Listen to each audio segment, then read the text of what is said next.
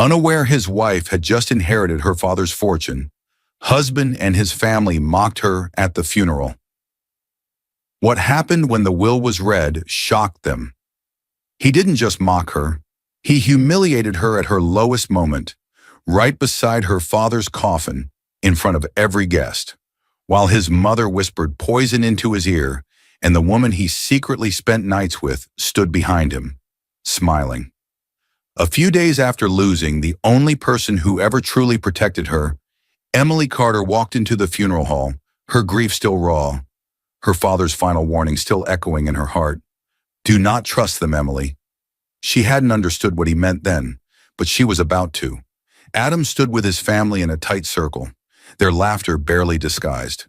They looked at her with the same cold eyes they'd used for years, eyes that judged, eyes that wanted control, eyes that believed she was nothing now that her father was gone. She looks pathetic, his sister whispered.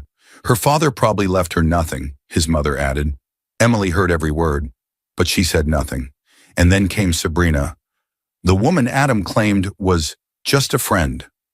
She slid her hand down his arm and whispered a sentence that made Emily's knees weaken. After today, you need to make a decision. Adam didn't pull away. He didn't defend his wife. He didn't comfort her. Instead, he marched toward her, grabbed her hand too tightly, and hissed under his breath, "Don't embarrass me today." What he didn't know, what none of them knew, was that Emily's father had already made a decision of his own.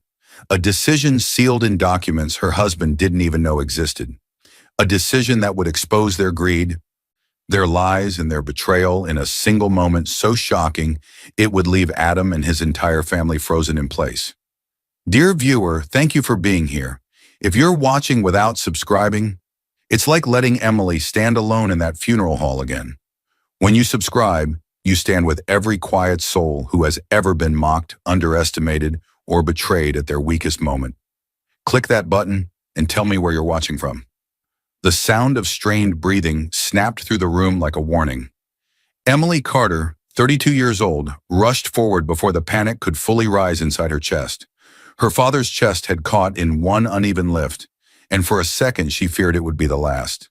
She placed a trembling hand over his, whispering soft comfort until his breathing steadied again. Only then did she allow herself to exhale. The dim lamplight painted the room in a warm glow, but the warmth felt borrowed, held together by habit, not hope. Emily adjusted the pillow beneath her father's head with a practiced gentleness. She had done this every night for months, ever since his health collapsed. A portable monitor hummed quietly by the bed, its weak green lights blinking. His wrist still carried a faded hospital band, a small sign of how long she had been fighting for his comfort at home instead of keeping him in a ward. Emily wasn't the kind of woman who complained. She never had been. She had lived a quiet life, built on small sacrifices and quiet loyalty. Growing up as the only child of Henry Carter, she learned responsibility young. Her mother passed when she was 12, and her father filled both roles without hesitation. He showed her how to balance accounts, track household records, and read contracts, not because he expected her to need them, but because he wanted her to never depend on anyone blindly. Flashbacks blurred into the present as she sat beside him now. She remembered his calm voice teaching her how to sign her name correctly, how to read the fine print others ignored, how to stand firm when people tried to make her feel small. At the time, she thought he was teaching her adulthood. Now she realized he had been teaching her protection. Her father, even in weakness, held on to dignity. She had inherited that from him. Quiet strength, not money. She hadn't grown up wealthy. Her father managed a small family company and lived simply. Over the years, everything he earned, every property, every account, he placed carefully in arrangements she didn't fully understand. When she'd asked, he would smile and say, "You'll understand it when you need to." He never bragged, never boasted, but now she suspected he was preparing something he wanted her to know, something he had guarded fiercely. Tonight she read him an old letter she wrote when she was 16. He had kept it folded at the bottom of his drawer, the ink smudged by time but not forgotten. Her voice shook slightly as she read, remembering the girl she used to be, hopeful, sensitive, trusting. Her father's eyes opened a little, weak but focused. focused only on her. "Emily," he whispered, the word fragile but urgent. She leaned closer, brushing a stray gray hair from his forehead. "Yes, Dad? Listen to me. When I'm gone," his voice thinned like fading thread. "Promise me you will protect what I've protected for you." Emily frowned. His tone held something she didn't understand, something he was almost afraid to say. "What do you mean? Protect what?" Henry Carter's eyes shifted toward the doorway. Just for a moment, as if someone might be listening from the hallway outside his bedroom. As if this house, which had always felt safe, now had corners she should be wary of. Before he could answer, her phone buzzed on the nightstand. The vibration cut through the silence like a rude knock. Emily reached for it hesitantly. A message from Adam, her husband, 35 years old, charismatic to outsiders, curt behind closed doors. "Be home early. My mother wants to talk to you. Again." The words tightened her chest. For months, Emily had been splitting her time between this house and the one she shared with Adam. But most nights she stayed here. Conversations with Adam's mother felt like walking through a field of hidden traps. She always found a way to remind Emily she wasn't good enough for their family, not elegant enough, not polished enough, not wealthy enough. Emily typed nothing back. She stared at the screen until it dimmed, her expression sinking into something unreadable. Her father watched her with tired knowing. He had seen the strain long before she admitted it to herself. "Emily," he whispered again, voice hoarse. She turned back quickly, gripping his hand. "I'm here, Dad. I'm right here." His fingers pressed weakly against hers. "Do not trust them, Emily." The words struck the air like a blade. Emily stilled, completely. "Dad," she breathed, unsure if he meant Adam, Adam's family, or someone else entirely. But his eyes had already closed, drained from the effort. The room felt heavier now, as though the shadows themselves had leaned closer. Emily held his hand tighter, her heart beating with a new, uneasy rhythm she didn't yet understand. Outside the bedroom, her phone buzzed again, longer this time, almost as if warning her that Adam's world would soon collide with hers in a way she wasn't ready for. And somewhere toward the back of the house, she thought she heard a soft thud, like a side door closing, a faint sound out of place at this late hour. For a second she froze, listening. But the noise faded, and the monitor's weak beeps filled the silence again.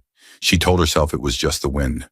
She didn't yet know it was the first sign that someone else had taken an interest in what her father had protected for her. The laughter hit Emily like a slap the moment she unlocked the front door of the house she shared with Adam. Loud, carefree, out of place. She froze in the doorway, the sound dragging her out of the heavy thoughts she carried from her father's bedside. It was late, later than she'd promised Adam. She had stayed longer with her father after his breathing scare, making sure he was settled before she left. Her clothes still carried the faint scent of his room, antiseptic and old aftershave. Adam was on the couch, leaning back as if his entire world had no weight. He was 35 years old, tall, neatly dressed, and always polished when other people watched. His smile was wide, brighter than anything he had shown her in weeks. Across from him sat a woman Emily immediately recognized. Sabrina Moore, 29, introduced months ago as his friend from work. She was stylish, confident, with a voice that slid across the room like silk, and far too comfortable inside Emily's home. Sabrina laughed again, her hand lightly touching Adam's knee before she noticed Emily in the doorway. "Oh, Emily!" Sabrina jumped up, walking toward her with open arms. "It's been so long." Her hug lasted a moment too long, her perfume strong enough to cloud the air, a sharp floral scent that dragged up a memory Emily had pushed away. A flash. Months earlier, Adam coming home late, his shirt carrying that same perfume. Emily had asked casually if he had visited a store. He'd answered too quickly. "Probably someone at work hugged me." She told herself she was imagining things. She didn't want to be the jealous wife. She trusted too easily. Now, the scent felt like proof she didn't want. Emily gently pulled away. "I didn't know we had company." Adam shrugged without looking at her. "You came home late. We didn't think you'd mind." Sabrina smiled, taking a seat again, this time closer to him than before. Before Emily could respond, another voice drifted from the dining area. "Late again?" Adam's mother, Margaret, stepped forward. 60 years old, sharp eyes, always judging. She crossed her arms as if Emily had committed an offense. "You should be here supporting your husband, not running around all evening." Emily kept her voice calm. "I was helping my father. He had a difficult night." His breathing almost stopped. Margaret rolled her eyes so hard it was almost theatrical. "Yes, yes, we know. Everything is always about your father." Emily swallowed the sting. She didn't want to fight. Not here, not now. She was too tired to explain hospice visits to people who didn't care. She set her bag on the table. "I'm going upstairs to change." But as she started up the stairs, she heard Sabrina giggle softly. "This house is cozy, but it could be so much nicer with a woman's touch." Adam laughed. "That's what I keep saying." Emily's hand tightened on the railing. She forced herself to keep climbing, refusing to look back. Her chest tightened with something she couldn't name. Fear, anger, confusion, maybe all three tangled together. Inside the bedroom, she sat on the edge of the bed and let herself breathe. Deep, shaky breaths. She had met Sabrina before. It was never a long meeting, always brief, always with Sabrina acting a little too warm with Adam, a little too casual with Emily. As if Emily was a guest in her own marriage. Was she imagining things again? No. Something was wrong. Deeply wrong. She lay back on the bed, staring at the ceiling. Her father's fading voice echoed in her mind. "Do not trust them, Emily." Her phone buzzed. A text from Adam. "You could at least try to be polite." That was all he had to say after leaving her alone for hours, after letting his mother scold her, after laughing with another woman while her father lay struggling to breathe. She put the phone down without replying. Minutes passed before she heard footsteps heading upstairs. 2 sets, not one. Light, feminine ones alongside heavier ones. Emily sat up, listening. Whispers. First Adam's voice. Low, annoyed. "Just give it time. She won't cause trouble." Then Sabrina's voice. Softer, confident. "But you said you'd talk to her soon." "I'm getting tired of waiting."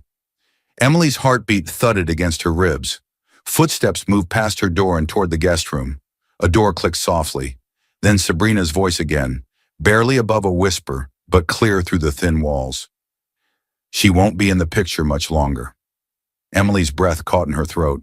The hallway fell silent. She didn't move. She didn't blink. She didn't even breathe for a full second. Her father's warning echoed again. "Do not trust them?" Time crawled. At some point later, when the whispers had faded and the house had sunk into a fake, heavy quiet, Emily heard the front door creak open downstairs, then close gently. Soft footsteps left across the porch, followed by the faint sound of a car engine starting and pulling away. It sounded like someone leaving without wanting to be seen. A hint, quiet but sharp, that something about tomorrow would change everything. Emily stared at the ceiling through the darkness, torn between going back to her father's side immediately and collapsing from exhaustion. She didn't know it yet, but by morning, both worlds, her father's and Adam's, would collide in a way she could never undo. The phone ringing yanked Emily out of a shallow, restless sleep. Her heart jumped before she even checked the screen. It was the nurse who helped with her father at night. "Emily, I'm sorry to wake you," the woman said gently.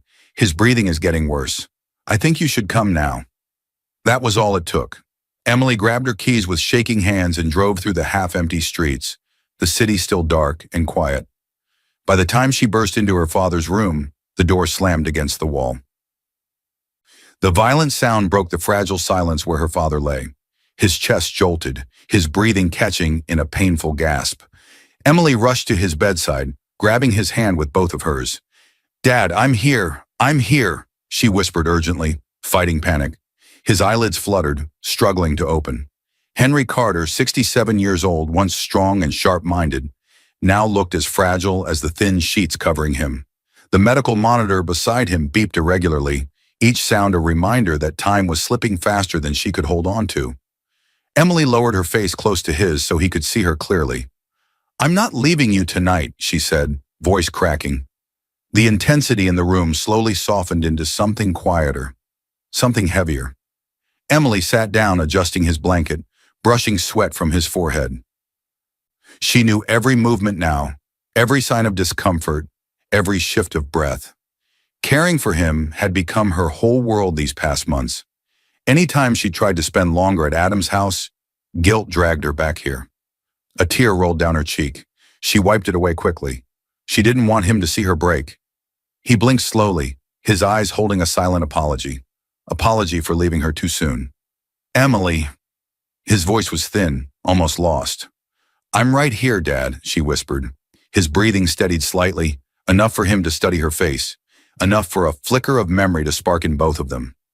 Without warning, the room began to fill with echoing flashes, their shared past rising like soft waves.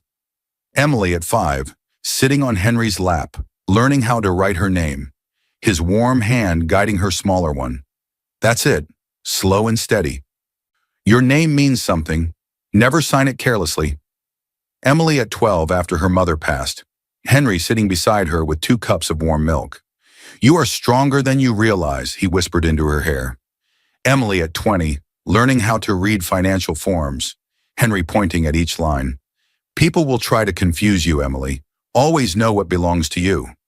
Henry sealing a thick letter, writing carefully on the front. For Emily only. He locked it inside a folder she didn't know existed, then slid that folder into a locked briefcase he kept in his study.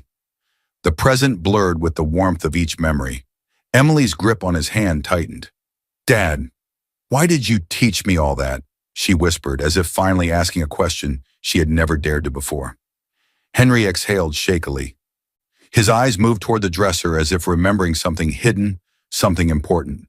Then he looked back at her with a seriousness she hadn't seen in years. Emily, he said softly, Adam's family wants what's ours. Her stomach tightened. He lifted a trembling hand, brushing her arm as if trying to pass strength into her. I've kept everything in your name, every property, every account, because I knew one day you would need protection. Emily shook her head gently, trying to calm him. Dad, you should rest. You don't have to think about that now. But his expression sharpened despite the pain. No, listen. His voice grew urgent. Your husband, his mother, they are not what they pretend to be. I saw their intentions long before you noticed the signs. They came to me more than once, asking questions about my company, my properties, like they were already counting what would be theirs. Emily's heart dropped. She remembered Sabrina's whisper from earlier. She won't be in the picture much longer. She had tried to dismiss it, but now her father's words dug into the same fear. Henry squeezed her hand with surprising strength. You must protect what I protected for you. His eyes watered, not from sickness, but from worry. I trust you more than anyone, he whispered, echoing the same words he had told her in her childhood. Then, his breathing changed, a sharp hitch, a painful choke. Dad? Emily stood up quickly, her breath fleeing her chest. Dad, talk to me. What is it? He struggled to lift his head. I need to tell you where the documents are. But the sentence never finished. His breath broke mid-word, his chest seized in a violent, uneven rise.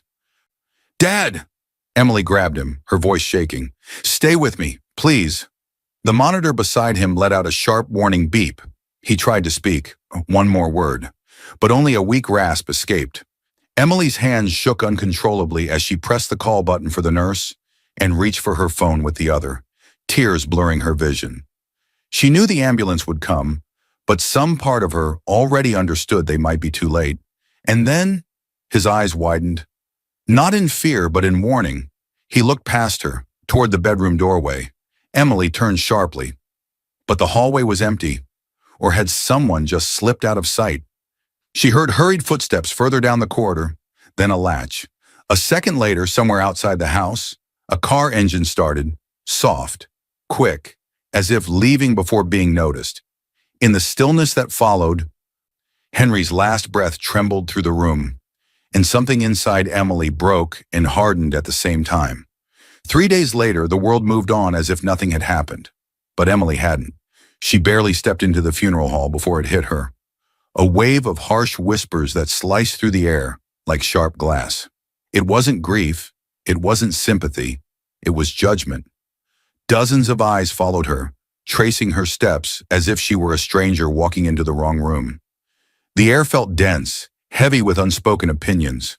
Her father's portrait stood at the front, framed, gentle, proud, but the warmth she once felt around him didn't reach her here. The intensity of the moment forced her still. She gripped the edge of a chair to keep herself standing. Then she saw them. Adam and his family. Grouped in a corner like a cluster of polished statues, smirking, whispering, watching her instead of honoring her father. Adam, 35 years old, looked freshly pressed in his black suit, like he was attending an important business event. His mother, Margaret, sat beside him with her usual cold expression. Adam's younger sister, Chloe, was there too, chewing gum with little respect. And leaning slightly behind Adam, as if she had every right to stand there, was Sabrina, the woman who was supposedly just a friend from work. Emily's stomach twisted. The whispers weren't truly quiet. They were the kind of low voices people used when they wanted to be heard, but still pretend they were being discreet.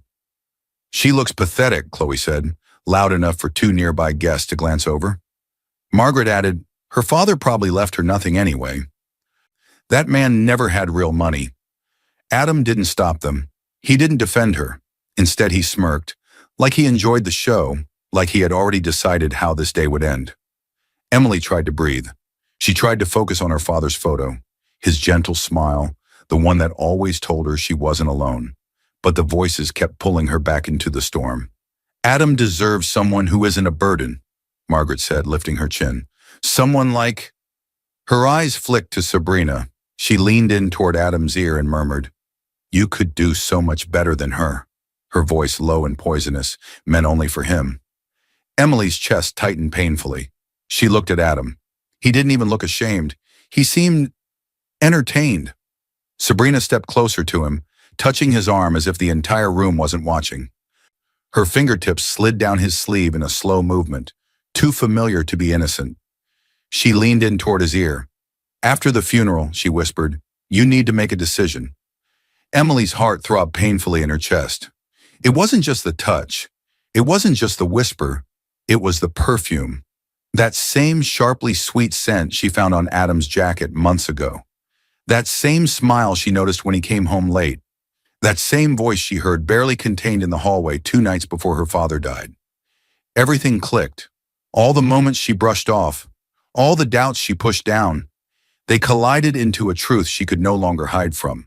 Her knees weakened, the world around her blurred. She steadied herself on the side of a wooden pew as memories hit her like quiet lightning. Adam coming home late. Sabrina brushing lint off his shirt with gentle hands.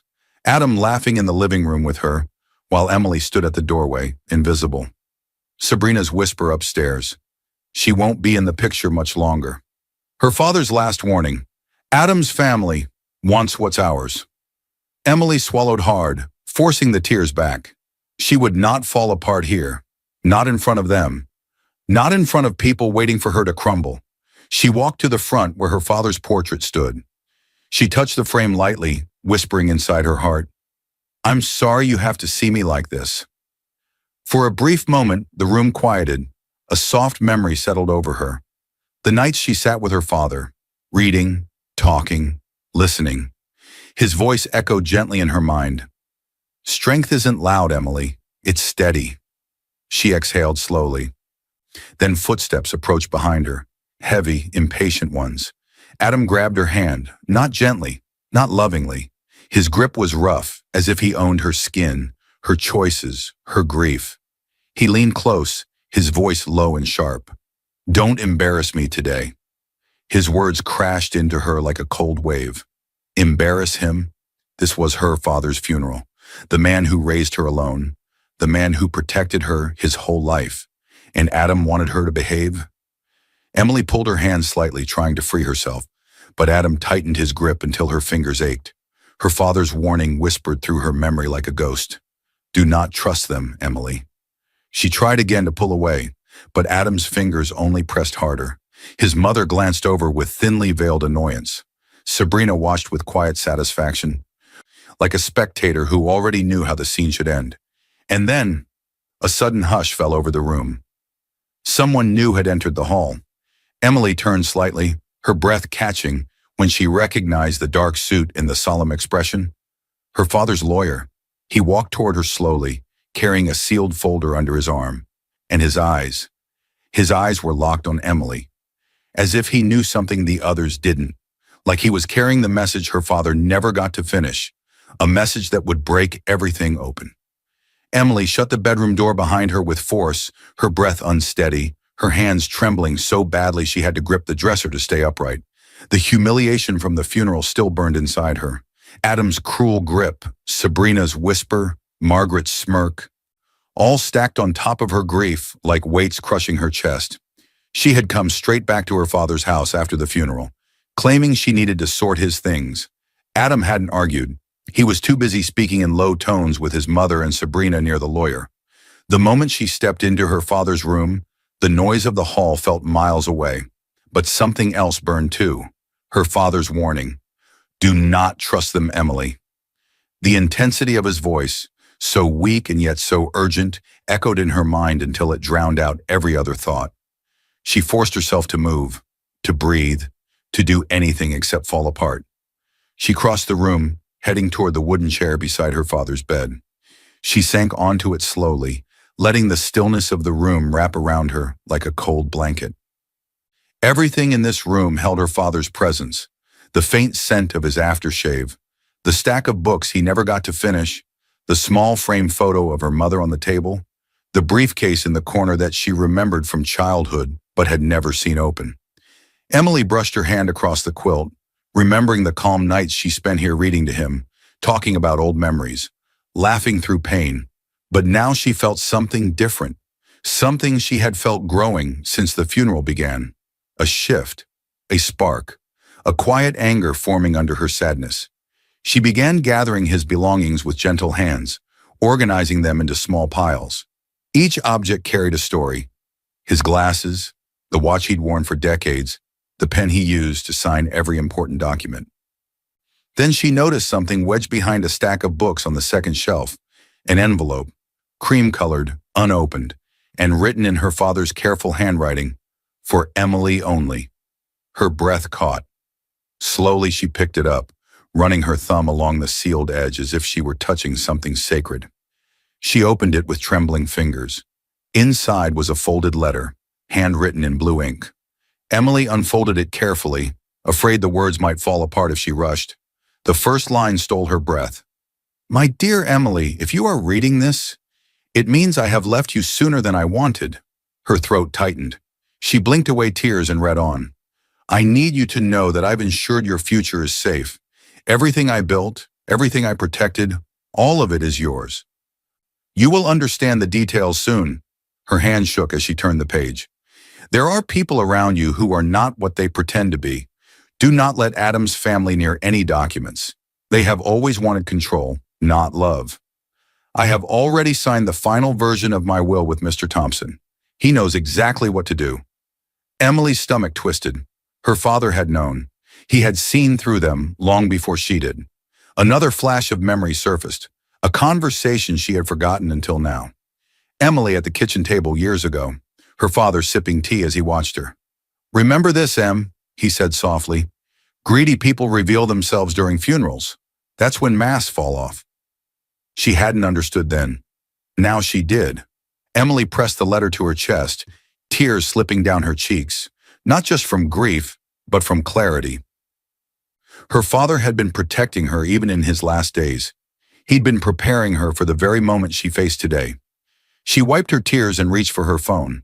She called the only person who could answer the questions burning inside her, the family lawyer. He picked up on the first ring. Mr. Thompson, Emily whispered, I found a letter from my father. He said you would explain everything. He mentioned the will.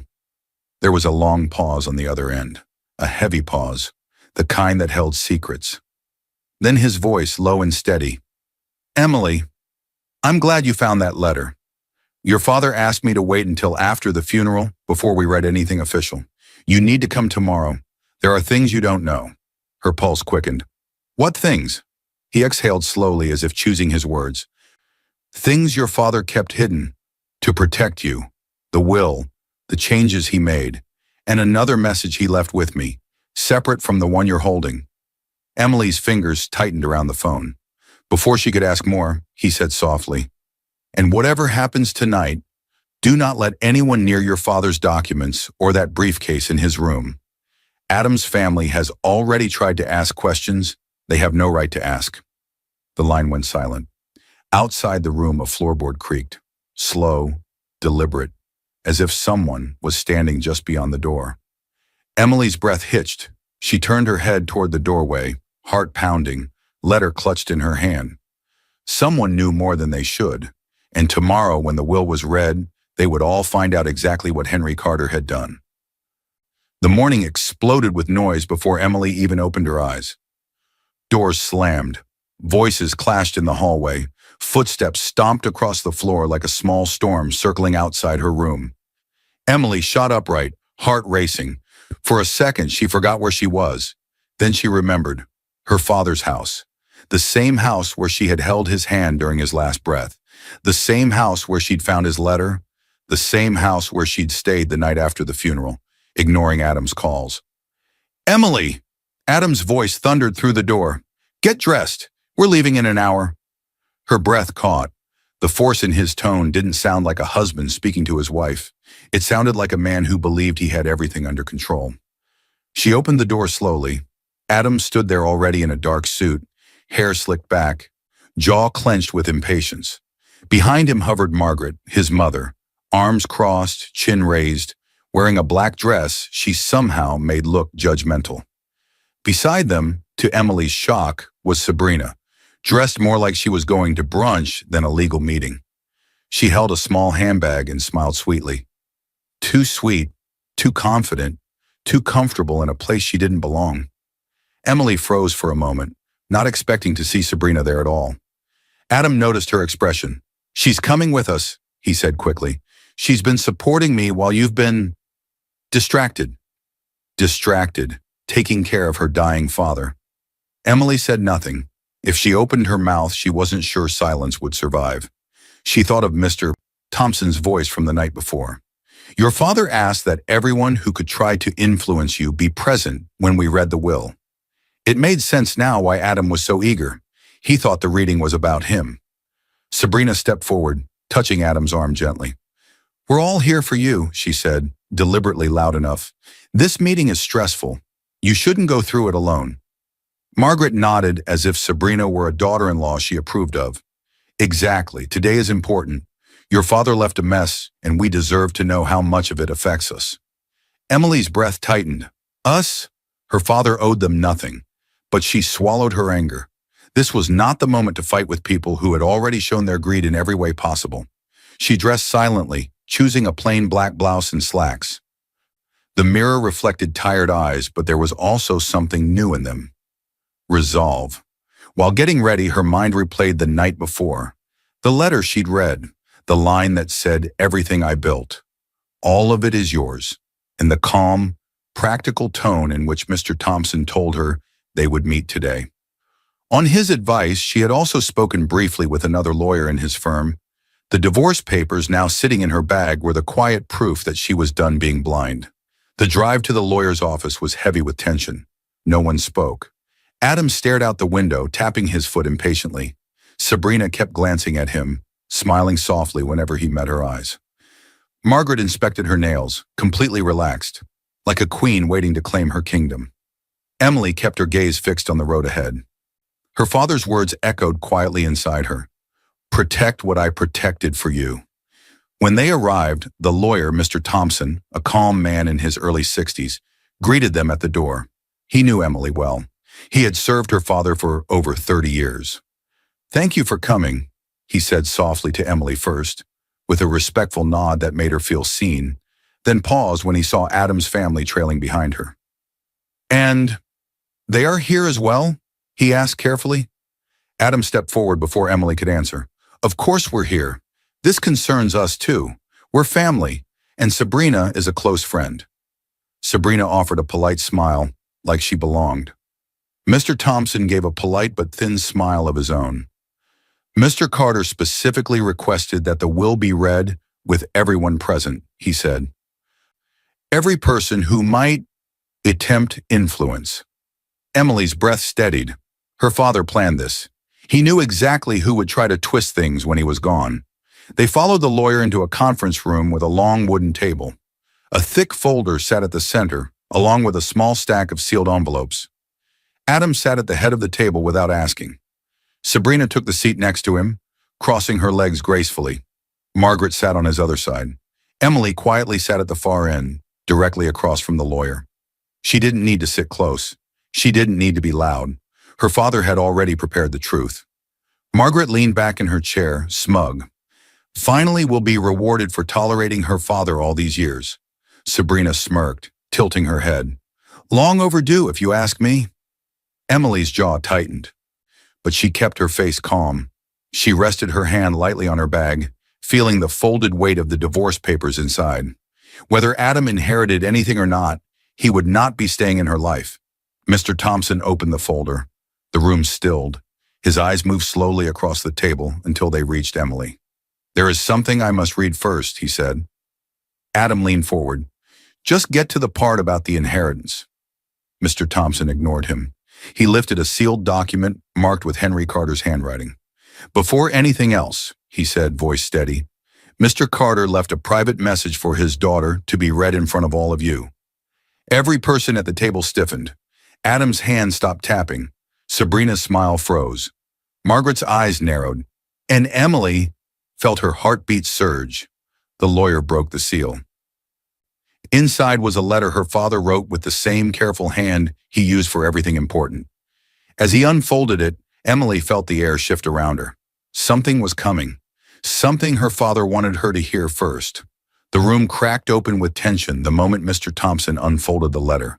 Not slow, not gentle, but sharp, like a blade drawn across the air. Emily's breath caught as the paper rustled. Adam's fingers tightened on the table edge. Sabrina straightened in her seat, suddenly alert. Margaret's lips pinched into a thin line. Mr. Thompson lifted his eyes, steady and unreadable. This, he said, is the message your father insisted be read before the will. He began to read. To my beloved daughter Emily. The room fell silent instantly. Margaret shifted uncomfortably. Sabrina crossed her arms. Adam stared straight ahead as if pretending the words weren't directed at his wife. You have been my greatest comfort, my peace, my pride. Everything I built was always meant for you. Emily blinked, tears burning the edges of her eyes. Even now, even gone, her father's voice felt like home. But the rest of the room was cracking. Mr. Thompson continued, I changed my will months ago after seeing things I hoped I'd never have to witness. Margaret's eyes snapped toward Adam. Adam stiffened. Sabrina swallowed hard. Emily didn't move. She didn't speak. Her heart pounded, but her face remained calm. She remembered her father's warnings, his shaken voice, his fear. Mr. Thompson read on. I saw the truth of the people around you. I saw the cruelty, the greed, the disrespect shown toward you, even while you cared for me with every part of your heart. Margaret bristled. He misinterpreted. Mr. Thompson raised a hand. Let me finish. He unfolded the last page. Adam once spoke about me as if I were nothing but a walking wallet. A loud gasp slipped from someone in the back of the room, one of the junior staff standing by the door. Adam's face drained of color, his mouth open, but no words formed. Emily's heart tightened. A memory flashed. Her father lying weakly in bed one afternoon, weeks before he died. Voices drifting in from the hallway. Adam and Margaret speaking, thinking he was asleep. You don't need to worry, Adam had said. When he's gone, everything falls into our hands anyway. He's just a walking wallet. Emily hadn't heard those words then, but her father had, and it broke him. Back in the present, the lawyer continued.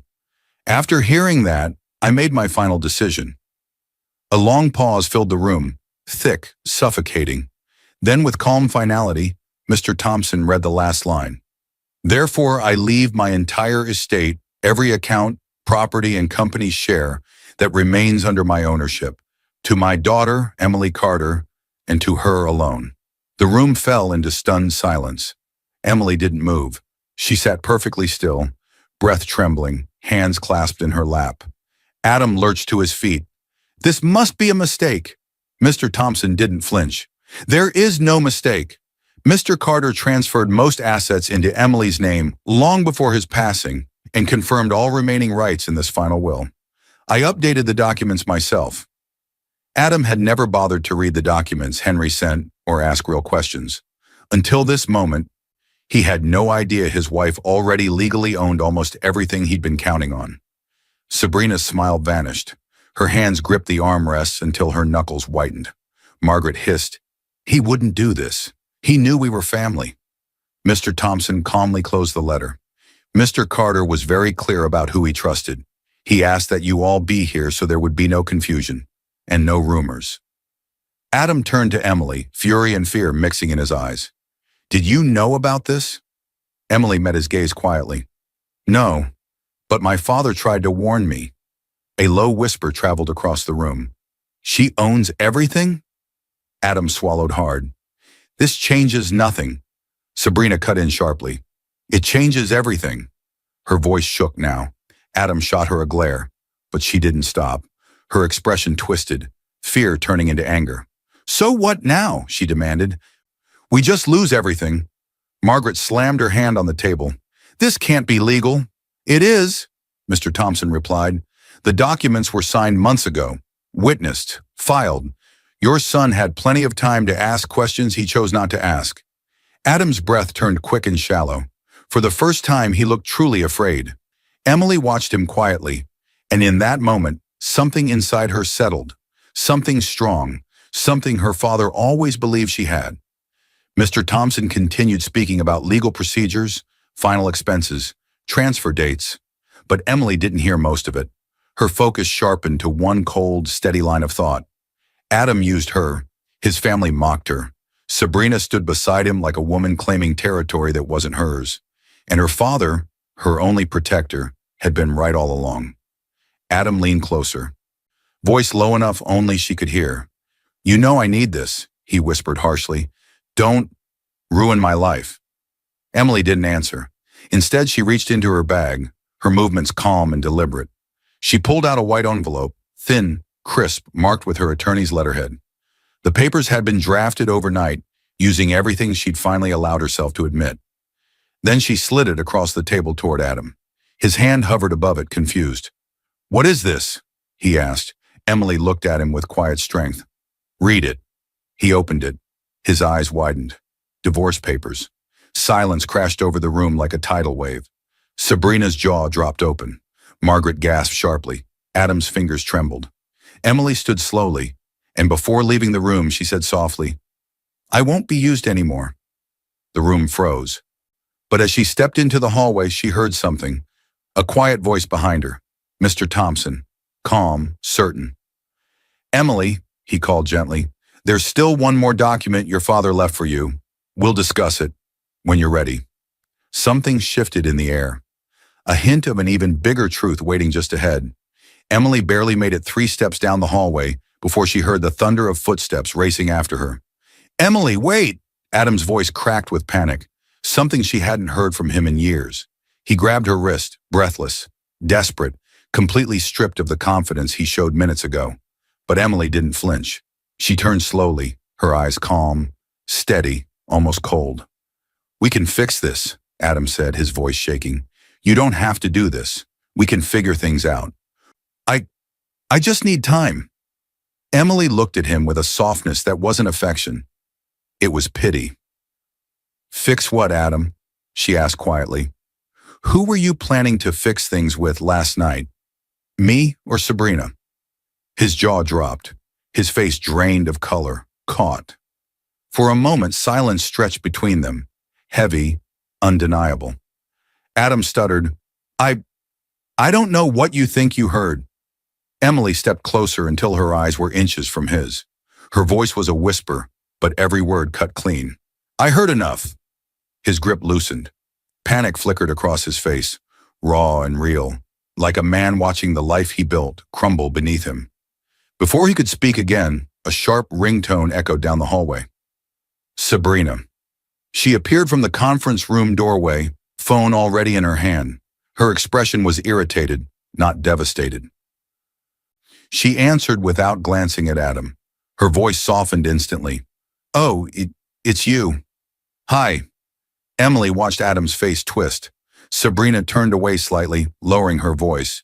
"But not enough. Yes, I told you I'm leaving that situation behind. No, he won't have anything soon. It's fine. Yes, I'm ready when you are." Adam's breath hitched. Sabrina hung up and turned toward them, straightening her blouse and forcing a smile that didn't reach her eyes. "Well," she said, "I guess this is the perfect time to talk." Emily stayed still, but Adam stepped forward. "Sabrina, what was that?" She sighed dramatically. "Honestly, I can't keep pretending. You said we'd have access to money once your father-in-law passed. You said we'd be comfortable." Her eyes flicked toward Emily. "But now?" She shrugged. "You don't have anything. I have an offer from someone who actually can take care of me." Adam stared at her, stunned. "You're leaving?" He choked. Sabrina lifted her purse from the nearby table. "Adam, be serious. You're not useful to me anymore." The hallway went still. Emily didn't move. She didn't need to. Every truth she had quietly suspected was breaking open without her lifting a finger. Sabrina walked past Adam as if he were a stranger, heels clicking sharply, each step another wound. At the doorway, she paused just long enough to add, "Next time, don't promise things you can't deliver." And then she left. Adam collapsed back against the wall, hands on his head, breathing hard. He looked destroyed by greed, by betrayal, by the mess he created. Emily watched him, her face unreadable. This was not victory. This was truth. Margaret's voice shattered the silence. "Adam, what have you done?" She stormed down the hallway, eyes blazing, her elegant posture replaced with fury. "You idiot," she hissed. "You let everything slip through your fingers. This should have been ours, everything. We tolerated her father for years because we thought—" Emily stared at her. Margaret froze. The words hung in the air like poison. "We tolerated her father." The truth, the greed, the arrogance. It was all out now, without Emily pushing for a single confession. Margaret grabbed Adam's arm, shaking him. "Fix this! Fix it!" Adam looked broken, eyes red, voice cracked. "I tried, but she won't help us." Margaret turned to Emily with sudden desperation. "Emily, please, think of the family." Emily's voice cut through her pleading. "I did, for years." Margaret faltered. Before the argument could continue, Mr. Thompson approached from the conference room. Calm, steady. "Mr. Carter," he said to Adam, "your father-in-law made very clear legal arrangements before his passing." Adam stood up straighter, fire returning to his eyes. "I still have rights." Mr. Thompson's expression didn't change. "No," he said gently but firmly. "You have no legal claim to Mr. Carter's estate. Everything was transferred to Emily lawfully, and the will confirms it." The hallway fell silent. Adam stared, helpless, shaking, disbelieving. Emily stepped back, her breath slow, steady. Mr. Thompson turned to her. "For now," he said quietly, "let's focus on settling your father's affairs. The divorce and any further action will be handled in court." Emily nodded. Her world was shifting, but for the first time, it was shifting in her favor. Later, as she waited near the office entrance for a taxi, her mind drifted back to her father's room, the briefcase he kept, the way he had once rested his hand on it and said, "If anything ever happens to me, this holds the rest." Something else was coming, something not just about money, but about what her father wanted her life to look like after all of this. And for the first time, Emily felt ready to hear it. The judge's gavel slammed down so hard the sound shot through the courtroom like a gun going off. "Order!" Everyone in the room jumped except Emily. She didn't flinch. She sat perfectly still at her table, hands folded, eyes calm, waiting for the final blow of truth. Weeks had passed since the will reading. Adam had refused to accept the outcome quietly. He challenged parts of the will, tried to delay the asset transfers, and dragged the divorce into court, still hoping he could claw something back. Now here they were. Adam, sitting at the opposite table, looked nothing like the proud man he once pretended to be. His suit was wrinkled, his face pale, his hands trembling. Margaret sat behind him with a frozen expression of disbelief. Their world was collapsing, and the courtroom felt like the only place left where the truth still mattered. Mr. Thompson, her father's lawyer, stood tall and ready beside Emily's divorce attorney. He held a thick binder in his hands, the one containing every piece of proof that needed to be shown. The judge glanced between them. We will now hear the supporting evidence regarding the divorce filing and financial claims. Adam swallowed hard. Your Honor, she's twisting everything. The judge raised a hand. You will speak when spoken to. Silence dropped again. Mr. Thompson opened the binder. Your Honor, he began, what you will see today are not accusations. They are facts documented carefully by Mr. Henry Carter himself, along with the evidence gathered in the past months. He placed several photographs on the evidence screen. A hush swept through the room.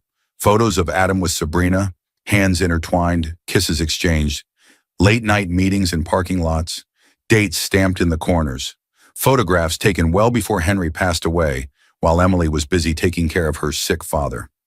Adam's mouth fell open. Those were taken out of context. Mr. Thompson didn't look at him. He turned the page. Next came printed messages, text exchanges between Adam and Sabrina, plans, confessions. Jokes about Emily being too naive to suspect anything. Wishes for Henry to hurry up and go so the money situation would finally improve. The courtroom gasped.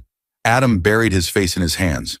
Emily sat still, each revelation painfully familiar and yet strangely distant, like she was watching the life she once lived unravel from the outside. Mr. Thompson continued. This letter, he said, lifting a single sheet, was written by Mr. Carter weeks before his passing. He read aloud. I am deeply concerned for my daughter's safety and future. Her husband has shown disregard for her well-being and speaks of me as if I were nothing more than a wallet. I fear what he will try to take from her when I am gone. Whispers spread through the room. Margaret glared at Adam, fury rising in her eyes. The judge leaned forward. Is the testimony hand-signed and verified? Yes, Your Honor. And does the financial documentation confirm Mr. Carter's assets belong solely to Emily Carter prior to his passing? Mr. Thompson handed the judge a stack of financial records. Yes, every property, every account, every investment, everything was in Emily's name before Mr. Carter died. The will confirmed any residual rights and excluded Mr. Adam Carter entirely. The judge reviewed the papers, his brows lifting with surprise. So Adam Carter, the judge said slowly, had no legal claim to any portion of the estate? Correct. Adam's breath broke in a small, strangled sound. His lawyer tried to speak, but the judge gave a firm nod, the kind that meant finality. Then the court recognizes the will and financial documentation as valid. The estate belongs entirely to Emily Carter. Emily closed her eyes for a moment.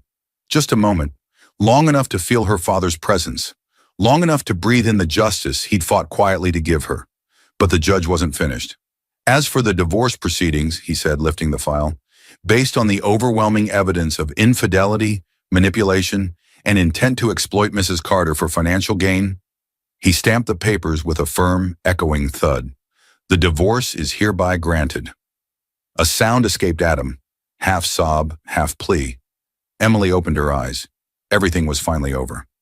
Mr. Thompson placed a gentle hand on her shoulder before stepping back. She nodded in gratitude, her heart steady now. She had stood through grief, betrayal, humiliation, and survived. People in the room whispered, she didn't deserve that. He only wanted money. Good for her. Public truth, public justice. Her father would have been proud. Emily stood, collecting her bag calmly. She walked toward the exit with quiet grace. But before she reached the door, she heard frantic footsteps behind her. Emily! She stopped. Adam rushed toward her, breathing hard, tears streaking down his face. Emily, please, he begged, voice breaking. Please don't leave me like this. I have nothing left. She turned slowly, her expression unreadable. His eyes were desperate, wild, searching for the woman he once controlled. But the woman standing before him now was not the same. Not broken, not afraid, not his. Emily stepped forward, her voice soft but unshakable. You chose this. Adam reached for her arm, but before he could touch her, a firm hand grabbed his wrist. Mr. Thompson. "Step back," the lawyer said quietly. "You have no rights here. The court has decided." Adam's eyes widened with dread, and from the corner of the room a shadow moved, someone approaching with a document in hand. A new envelope sealed with a crest Emily recognized too well. Her father's company crest. A final truth waited. Something her father had left behind that she hadn't seen yet. The courthouse doors slammed open behind her with a force that made everyone nearby turn. But Emily didn't. She didn't need to look back. She didn't need to see the chaos she left behind. She stepped out into the sunlight, letting the warmth hit her full on the face like a long-awaited breath after years underwater. For the first time in months, maybe years, the world felt still. Her hands, which had been shaking through funerals, confrontations, lies, and courtroom battles, finally relaxed at her sides. Her heartbeat softened. Her shoulders dropped from the weight they carried.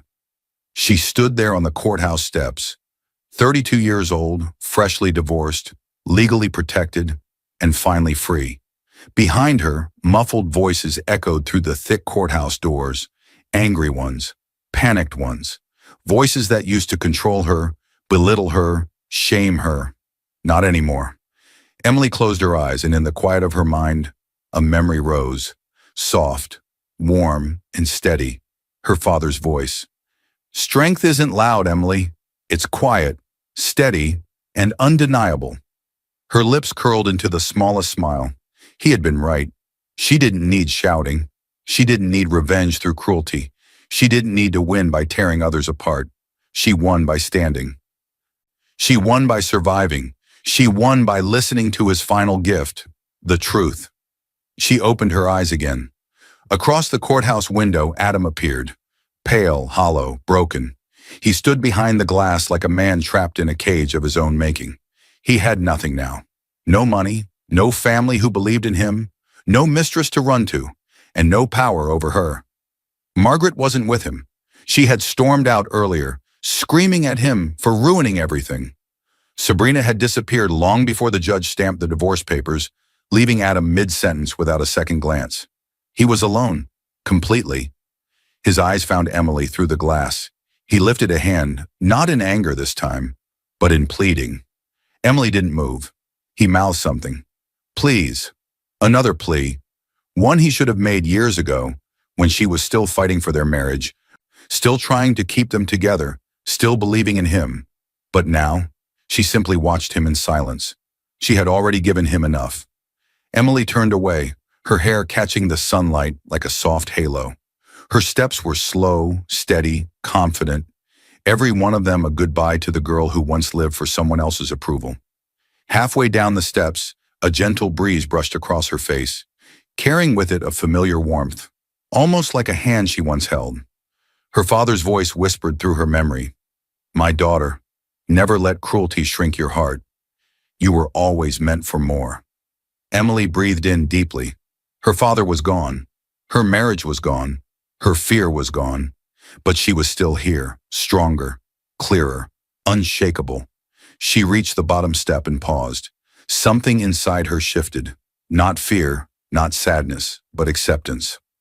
A new chapter waited, a life her father built for her with love, protection, and trust.